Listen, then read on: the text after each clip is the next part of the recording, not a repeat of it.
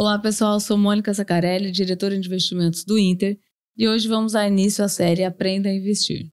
Hoje estou com o Daniel Castro, nosso CEO da Interasset, CEO e fundador, né, Dani? Isso aí. Dani para os próximos, né? Obrigado pelo convite, Mônica. Obrigada. Vamos começar, Daniel, apresentando quem que é o Daniel Castro e também como começou a Interasset e há quanto tempo ela existe. Conta um pouco. Então, vamos lá. Bom, eu sou mineiro, né, de Belo Horizonte, nasci aqui, estudei aqui, sou pai de 2 filhos, né, tenho um filho de 13 anos e uma menina de 8 anos. Gosto muito de correr, às vezes não parece não, mas eu sou maratonista, como você, né? Então acho que esse é o principal hobby que eu tenho e ficar realmente com a minha família. Eu sou sócio fundador de uma asset que se chamava DLM Invista. Essa asset começou em 2003. Então, eu estou à frente dessa empresa, né, há quase 23 anos, porque em 2019, né, a gente já tinha uma relação com o Banco Inter, né, a gente gostava e acreditava muito na tese, e em 2019 a gente fechou, né, a venda dessa gestora para o Inter, e aí a gente hoje está completamente sinergizado na Inter Invest, né, mudamos o nome para Interasset, e hoje a gente faz a gestão de todos os fundos Inter, né, tudo que tem, né, mandato discricionário, tá com a nossa equipe, né? E a gente se organiza ali através de estratégias. Então, tem estratégia de renda fixa de crédito, estratégia de renda fixa ativa, tem real estate, renda variável, fazemos ali os portfólios multimercado. Então, será uma série de estratégias para a gente realmente atender a todas as demandas, né, que a plataforma pede para nós. E quantos fundos tem na Asset hoje? Hoje tem um pouco mais de 84 fundos, mas não só fundos condominiais, né, que estão abertos para o público geral, mas algumas estruturas exclusivas também, sejam de grandes empresas ou de famílias que a gente faz a gestão. E hoje dá um total de quantos que vocês administram? Fazem a gestão, né? A gente está batendo 20 bi, né, sob gestão. A gente teve um ano muito forte ano passado, a gente dobrou de tamanho.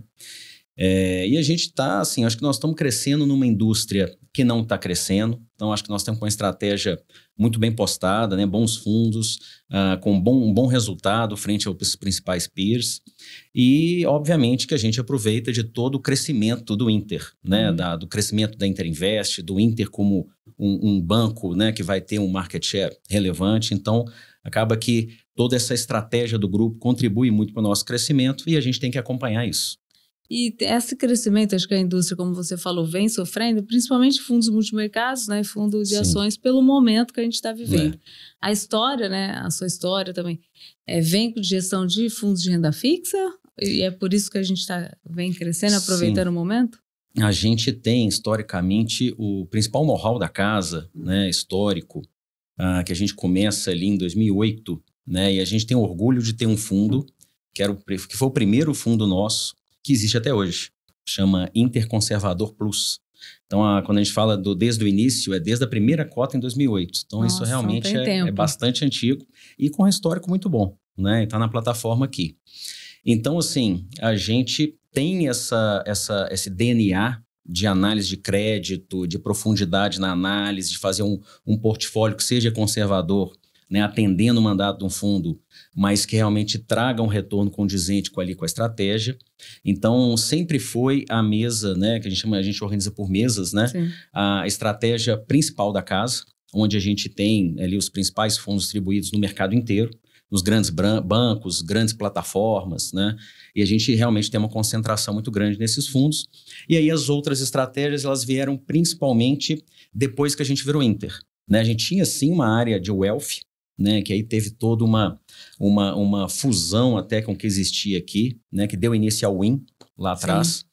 E a gente continua essa mesa também. Mas se a gente pega a conjuntura com taxas de juros de 2 dígitos, né, caminhando ali para quase 15%, e isso já é uma tônica aí dos últimos 2 anos, então realmente a gente capta cada vez mais nessa estratégia. Então a gente está muito bem posicionado nesse Brasil que está hoje alocando muito em renda fixa, mas a gente também está posicionado numa mudança do ciclo, né? A gente tem as outras estratégias que estão com bons fundos, bom retorno, para a gente também pegar esse novo ciclo que vier. Então, acho que a gente tem uma visão muito, muito positiva em relação a essa consistência em qualquer cenário que o Brasil, né, nos propuser.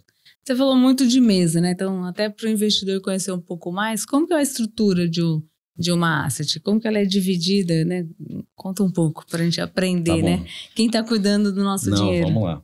A asset é quase como uma empresinha, né? Uma mini empresa, né? Então, a gente tem desde áreas cross, por exemplo, um financeiro ali que olha toda a visão ali da organização interna, uma área de relações com investidores, uma área comercial para atender os investidores, né? Para pegar todas as informações dos produtos, o marketing, né? A atuação em redes sociais, etc. A gente tem um back e um middle, né? Que tem uma equipe grande, que é a maior equipe da Asset hoje, que presta todo um serviço em relação ao fechamento dessas cotas dos fundos, em relação a todas as operações, consolidação das operações, conferências, etc. E aí você tem as diferentes mesas que têm ali gestores e analistas, né? Então você tem uma necessidade de segregação de funções. Então o gestor gere, toma as decisões, e o analista, a gente tem diferentes analistas que estão focados talvez em diferentes setores e empresas. Então ainda tem a necessidade de aprofundar. Né? A gente fala que ele tem que mergulhar de cilindro, ele tem que ir lá embaixo, né? Para ele realmente entender todos os riscos, formular a tese dele. E a gente tem uma equipe de risco que está permeando ali todos esses acontecimentos, né? Em relação às decisões que estão sendo tomadas, em relação à atuação, por exemplo, ao regulamento do fundo, à política de investimentos, o gestor tem que respeitar aquilo. Então, você tem quase que uma tripla checagem de tudo que é feito. E a gente, né, nós nos organizamos na Interasset através de comitês. Então, nesse comitê, a gente tem uma governança em relação ao processo de decisão, né? A gente tem todo um processo de granularidade da discussão da tese, da discussão dos principais riscos, grau de relevância, probabilidade. Então, depois desse comitê, você sai ali com uma agenda positiva, né? Se a gente vai tomar determinado crédito ou se a gente vai investir em determinada ação, a gente sai ali com uma visão muito construída, né? Para a gente entender a que ponto que aquele spread pode fechar ou pode abrir, se a gente tem que fazer uma gestão ativa ou num fundo de ação, se já está chegando perto de um preço que a gente acha que é o preço alvo, né, daquela determinada tese. Então essa organização toda, ela acontece com uma segregação e uma organização, é quase uma orquestra, né, de pessoas em cima de processos e uma tecnologia que permeia isso tudo. E hoje conta com quantas pessoas? Hoje quase 50 pessoas. Nossa, é grande. É grande, mas tem uma complexidade muito grande, né? E especialistas. Então, a gente obviamente tem uma área de compliance também, né? É uma atividade regulada, não só a empresa com os profissionais que estão ali. E então, assim, a gente precisa realmente ter pessoas que são especialistas naquele negócio.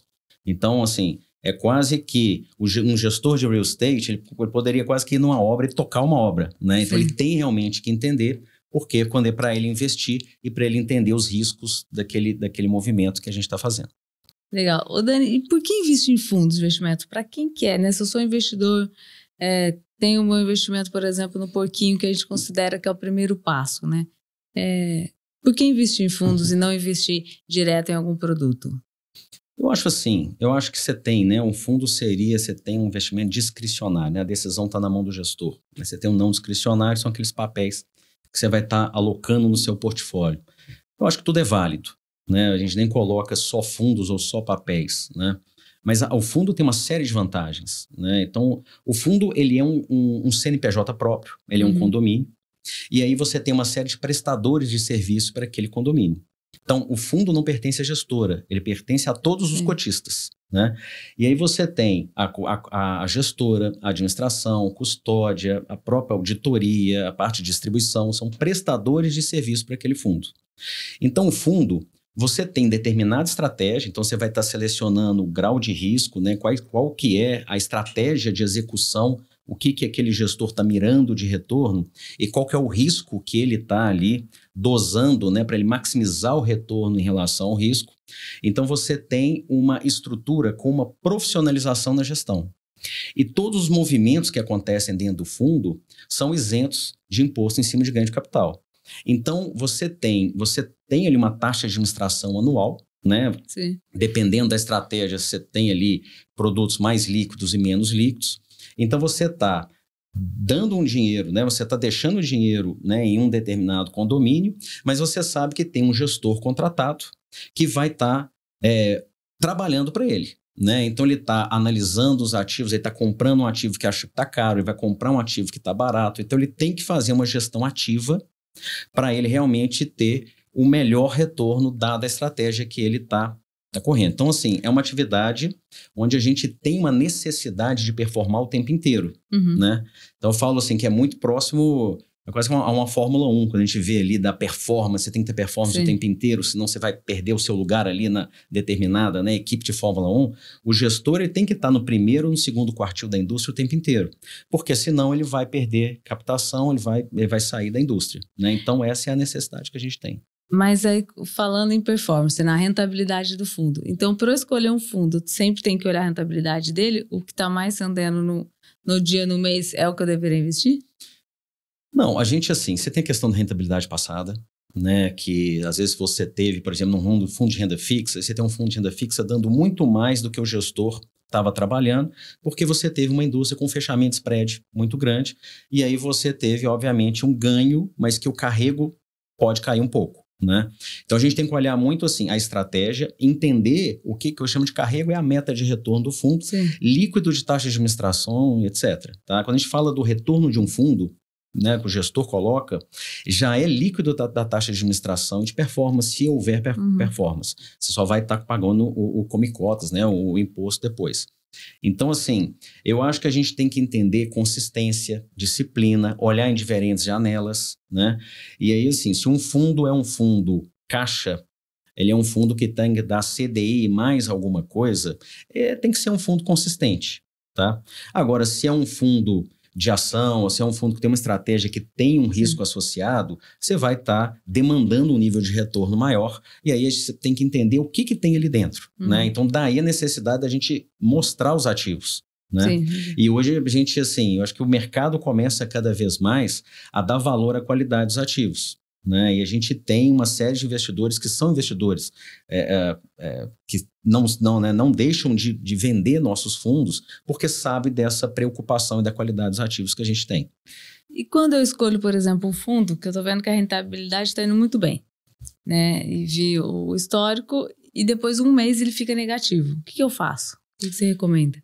Não, eu acho que assim, é muito comum, né? E no Brasil, a gente ainda acostumou com uma falta de volatilidade muito grande, né? Então, às vezes, a falta de volatilidade é para um mercado que não tem liquidez, né? Se for pegar o mercado de renda fixa nos Estados Unidos, você tem uma volatilidade quase de 10%, né? Entre 5 e 10%, né? O nosso mercado aqui é um mercado quase que silencioso, né? Você tem alguns movimentos, até uma discussão muito grande na precificação ali junto aos principais administradores.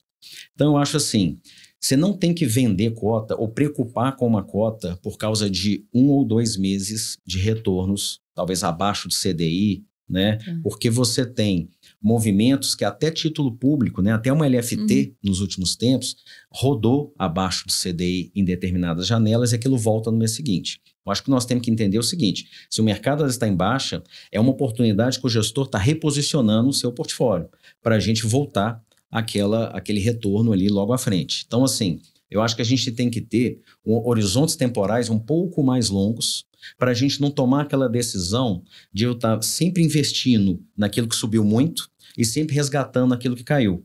Porque o que a gente fala, e a gente fala que prega no deserto, é porque o movimento tem que ser o contrário, né? Se você tem um bom ativo, mas que ele tá mais barato hoje, faz sentido eu comprar aquele ativo que o potencial de ganho é maior ou eu vou ter uma margem de segurança muito melhor, né? Então, o que a gente incentiva muito é o seguinte, fez uma alocação, entendeu a alocação, nada mudou, eu acho que a gente tem que ter horizontes temporais maiores, principalmente naqueles investimentos, né, que demandam um horizonte maior, como um fundo imobiliário ou um fundo de ações, né, que realmente demandam uma janela de investimento superior. Então eu posso... Mas falando de novo nessa parte da taxa, tem sempre as características do fundo, né? Investimento mínimo, taxa de administração, volatilidade que você falou. Quais são as principais informações que o investidor ele tem que ficar atento ou olhar antes de investir? Antes de escolher um fundo? Eu acho que assim, ele tem que olhar a característica do fundo, o perfil de risco do fundo, né? Isso quando ele for, por exemplo, na plataforma do Inter, ele vai ver lá nas cores, né? O perfil de investimento dele, do suitability dele, né? Acho que é muito importante também falar do perfil do investidor. Sim. Se ele é conservador, moderado, arrojado, agressivo, e aí entender o blend desse portfólio que ele vai estar escolhendo. Então, quando ele vai em determinado fundo, ele tem que ver se condiz com aquele, né, investimento dele, ou dentro do portfólio se condiz, porque é uma participação muito pequena. E aí você tem que olhar, a taxa de administração, ela tem que ser condizente com a classe de ativos que ele está investindo. Então, não dá para comparar, por exemplo, a taxa de administração de um fundo caixa D0, que vai investir principalmente em CDBs e letras financeiras. Que é um fundo conservador. Que é um fundo conservador, que vai ter uma taxa baixa, com um fundo de ação, que vai ter uma taxa provavelmente superior a 1%, né? Então, assim, aí a classe de renda variável vai ter uma taxa superior. Então, não é para olhar só taxa, é taxa relacionada à classe de ativos, né, que esse gestor está operando. O prazo de liquidez também é importante, e não é porque o prazo é mais restrito, você vai ter um fundo de 15 dias, né, que é o D15, ou 30 dias, que ele é pior do que o outro que é D0, D1. Aquelas estratégias demandam, ou você pode ter um benefício de retorno porque você aceitou, a partir do momento que você investiu naquele fundo, uma restrição de liquidez. E aí o gestor consegue ficar mais alocado, tá? E aí você provavelmente vai ter um retorno maior. Então, a questão do prazo de liquidez também é importante. É muito importante o histórico do fundo e o entendimento da gestora. A equipe é a mesma, né? São os mesmos, né? A consistência daquele projeto, né? Daquele processo está acontecendo. Então, por exemplo, a gente fala muito que a equipe de gestão é quase que a cozinha de um restaurante, né? Se você trocar o chefe, provavelmente você vai ter um prato completamente diferente. Sim. Então, é muito importante essa questão dessa orquestra que entre o gestor, analistas, gestor de risco, né? E como que essas decisões estão sendo tomadas. E quais são os principais fundos que hoje estão aqui na plataforma do Inter, né? Para quem quer começar a investir. Olha, a gente tem os dois fundos bastante até consistentes, antigos, que é o Inter Conservador. Sim. E ele tem é quase que um irmão, que é o Inter Premium. Tá? Estes fundos são, né, o conservador é um fundo de 1 dia, se pedir o resgate hoje aumentar na sua conta, o premium 15 dias. Eles vão estar alocando em papéis bancários e papéis corporativos, né, o de crédito corporativo. Então, a meta é para dar um pouco mais que o CDI, tem uma consistência relevante, e a diferença do conservador para o premium é como o premium é D15, ele tem menos caixa que o conservador. Então, se você tem um recurso onde você não tem uma necessidade diária, faz sentido esse investimento no premium e não num fundo de perfil de caixa, mais de capital de giro. Mas ele rende mais? Ele rende mais. Como ele é mais alocado, ele tem um nível de carrego superior. Tá? Ele vai estar, enquanto um vai estar rendendo hoje por volta de 105, 107, o outro vai estar rendendo hoje acima de 110% CDI. Tá? E a gente a gente lançou agora um fundo que se chama 24 horas. Deixa eu só voltar no primeiro, como 15 dias. Eu posso esperar alguma surpresa ao longo desse investimento? Por exemplo, durante um ano, vai ter um mês negativo ou não? É um fundo que eu posso, como conservador, saber que sempre vai estar ali me dando acima do CDI ou igual ao CDI? Tirando esses momentos onde o mercado realmente teve uma crise maior, por exemplo, pandemia, né? Que todos os fundos de crédito rodaram negativo. Americanas, podemos citar também nessa ou não? Americanas pode fazer parte desse tipo de estrutura, tá? Mas são hoje, e principalmente depois de tudo que aconteceu, né, com o episódio não só Americanas, como Light, e aí tem uma remarcação de uma série de setores, hoje o gestor ele está um pouco mais, assim, quando a gente pega setor de varejo cíclico, como no caso da Americanas, você está com um escrutínio muito maior, né, para você estar posicionando determinada tese, independente de qualquer outra coisa. Tá? Então, a gente, obviamente, vai privilegiar setores não cíclicos, que a gente tem uma previsibilidade maior, mas a gente vai estar, obviamente, ponderando ali nível de alavancagem da empresa. É por isso que a vantagem de se investir em crédito com gestor profissional é porque realmente assim, a gente tem um processo de análise daquelas empresas muito forte. né? O caso de Americanas é uma exceção, né? Tem uma fraude ali, mas assim, a gente historicamente vem conseguindo até pegar um movimento estrutural na empresa num prazo muito antes, para a gente estar vendendo determinado crédito antes de acontecer determinada ou remarcação ou default, né, no pior momento. Então, assim, o caso do premium, ele não é uma gestão para ele dar abaixo do CDI. Agora, dar abaixo do CDI, não, desculpa, para dar um retorno negativo. Agora, dar um retorno abaixo do CDI em determinados meses e puxar depois de outros, isso é muito comum. Sim. Tá? Porque, por exemplo, você vai pegar ano passado, esses movimentos muito fortes de fechamento, o spread, gente, eu estou falando muito de spread aqui, né, é aquele prêmio que você exige, que você precifica o risco da empresa. Se aquela empresa melhora o perfil de risco, esse spread diminui. Se essa empresa piora, geralmente aquele spread vai abrir. Se você teve um fechamento muito forte desse spread, você teve uma remarcação daquele ativo, o fundo vai estar rodando acima do seu carrego. Então, ele vai ter uma volatilidade para cima. Provavelmente, ou pode acontecer, alguma volta para ele rodar um pouco abaixo até você estabilizar aquele mercado. Tá? Entendi. Então, assim, a gente está lendo um mercado muito estável esse ano. Então, quando a gente olha emissões primárias, né, aquilo que está vindo ao mercado, ou até o mercado secundário, a gente está vendo um fluxo de captação extremamente equilibrado para a gente conseguir continuar alocando e para a gente conseguir também vender aquilo que não faz mais sentido, né? Esse rodízio, né? Essa gestão ativa em renda fixa a gente faz o tempo inteiro. Tá? E aí eu acabei te cortando, mas nós tivemos o lançamento de um fundo, né? Que é o Fundo 24 Horas. Conta um pouco de onde, para quem que de onde veio essa ideia. Olha, esse é um orgulho muito grande para nós, né? Nós, que eu falo não Interace, mas Inter como um todo, porque foi um projeto de inúmeras áreas, né? Então, assim, ele é realmente um fundo que ele extrapola os horários de mercado de aplicação e resgate, né? Então, ele realmente é 24 horas. Ele se assemelha à experiência que o investidor tem quando ele adquire um CDB. Né? Sim, te resgata a qualquer momento. E resgata a qualquer momento. Então, assim, a gente pensou muito no perfil do cliente do Inter, na necessidade e nessa evolução, né? Que eu acho que o mercado está caminhando para ser cada vez mais online, né? Muito mais dinâmico, né? Então, acho que o fundo, ele é um fundo que vai estar alocando principalmente em papéis bancários, né? Vai ter uma posição muito pequena ali de crédito corporativo. Então, assim, é um fundo que esse backtest que a gente fez, né? Olhando para trás, é um fundo que realmente ele estaria muito estável em relação às diferentes crises que a gente passou, né, nos últimos anos. E ele é um fundo que você tem um mínimo baixo de R$100, né? Nossa. Que é outra informação que eu acho importante ver também, que é o mínimo, né, de alocação, de aplicação. E é um fundo onde a gente não tem restrição à noite ou final de semana em relação ao volume que você está aplicando ou resgatando. Então, realmente, eu acho que é inovador, né? Eu acho que tem ali uma barreira de entrada muito grande. Foi um desafio realmente muito, muito grande para a nossa equipe como um todo. E ele casa muito para esse dinheiro do dia a dia, né? Então, ele é um fundo para dar CDI, né? 100% CDI. E ele vai estar ali com uma vantagem que é toda vamos colocar, essa tecnologia que a gente colocou por trás para ele conseguir ter esse nível de facilidade, conveniência para o investidor.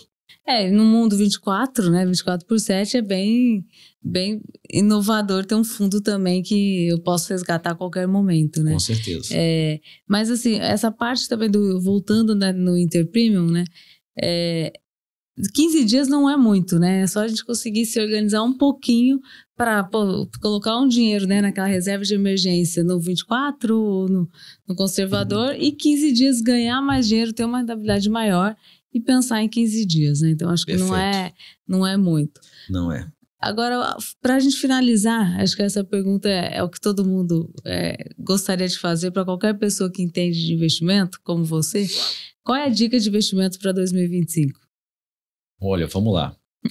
Eu acho o seguinte, eu acho que hoje a gente está vendo um mercado com todo esse movimento, né, dessa política ortodoxa monetária, a gente está caminhando para taxa de juros, né, agora num fim de ciclo de alta, né, nós estamos falando nós estamos muito próximos, se é mais um aumento ou um ou dois aumentos, então assim, acho que esses movimentos de mudança, de inflexão da nossa política monetária, a gente tem que entender que esse momento abre muitas oportunidades, né?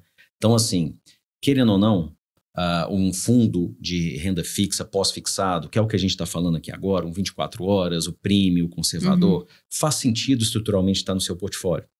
Agora, a gente já começa, né, depois que a gente já está muito perto ou atinge vamos colocar assim, um perfil onde o Banco Central acha que ele já dosou ali, né, o mercado para você, né, voltar para as metas, né, de inflação, etc., a economia, abrem-se muitas oportunidades de ativos que estão esquecidos, né? Então, a gente considera que, por exemplo, a curva de juros, né, quando a gente for pegar aí as NTNs, né, dando um prêmio na longa de IPCA mais 7,5%, é uma senhora oportunidade. A gente tem produtos onde você consegue, né, pegar muito do provável fechamento que a gente vai ver nos próximos anos. Você está tendo, inclusive, um período eleitoral que deve começar um debate mais forte ao longo deste ano, mais para o final do ano. Então, assim, essas classes, por exemplo, fundos imobiliários, que tem uma relação inversa com a curva de juros, né? A gente tem um fundo de logística, tem um fundo residencial, tem os fundos ali que são os FOFs, né, que você divide o IFIX entre tijolo e papel, ou seja, tem algumas boas oportunidades hoje com um nível de yield isento realmente assim, muito interessante. Nós estamos falando de próximo de 12% isento, né? O próprio fundo de infra, hoje com IPCA mais 9,5%, em média mais ou menos o que a gente está vendo, também isento. Fundos de ação, né? Se a gente pega a Bolsa no Brasil, até mesmo com essa alta do início do ano, tá muito barato, tem muito ativo bom, né? A gente está aí com o Interdividendos, que é um fundo que vem se destacando ao longo dos últimos anos. Então, eu acho assim, é o que você colocou, você não precisa ter igual no D15, não é tudo no D15, você vai ter uma composição de investimento, você tem necessidade de curto prazo, você tem alguma parte do seu recurso que você tem uma destinação mais a longo prazo. A gente acha que o nível de precificação atingiu patamares muito interessantes para se voltar uma alocação, e a gente está vendo realmente assim, o brasileiro como um todo, você tem muito recurso hoje descansando, né, no mercado, em CDBs, mas que não é uma alocação estratégica ali. Então, assim, a gente acha que tem uma oportunidade muito interessante de precificação ao longo desse ano. Eu acho que alguma coisa faz sentido já alocar para a gente pegar todo esse processo, né? A partir do momento que você chega nesse processo, você já começa a precificar os próximos 2 anos, 27, 28, para ter alguma coisa pré-fixada, ou seja, começa a abrir muita oportunidade de alocação. Então, o que a gente faz muito aqui é a gente provocar muito investidor que tem perfil para que ele realmente não seja só um poupador, mas um investidor, né, que tenha uma estratégia ali condizente com o perfil dele. E se eu pudesse escolher um fundo da Asset, qual seria para investir? Difícil, hein? Escolher fundo é difícil. Mas vamos lá. Eu acho hoje, tem um fundo listado, que é o BIDB11, que eu acho que a oportunidade é muito grande. Esse é para um próximo podcast, né? O fundo listado e fundo podcast. Mas tem uma oportunidade, ele está, como toda a indústria, né, abaixo da patrimonial, o valor de mercado hoje, está com yield muito elevado. Né? Então repete a sigla dele para... BIDB11, é o nosso fundo de infra. Legal. Tem um gap de investimento em infraestrutura no Brasil muito forte. A gente está vendo um mercado que vai permanecer muito aquecido, né? Tem muita emissão vindo, algumas até inovações em relação a essas debêntures incentivadas em alguns setores, como o setor rodoviário, onde você vai conseguir fazer emissão em cima, né? Você vai conseguir reperfilar dívidas ali de projetos onde você já tem uma estrutura até para diminuição de custo, e são projetos onde você, né, o CDI subindo, você não está aumentando o custo, né, do serviço da dívida daquelas empresas, você tá financiando a IPCA mais spread. Então a gente está vendo aí oportunidade muito interessante nessa relação do retorno que esses fundos estão pagando por nível de risco e de diversificação que a gente tem no portfólio. Dani, super obrigada pela sua participação, por apresentar a Interasset, e para quem, né, nosso cliente, acesse dentro do Super App, tem fundos, né, investimentos, fundos e os fundos da Interasset. Obrigado, gente. Obrigado a vocês pela oportunidade.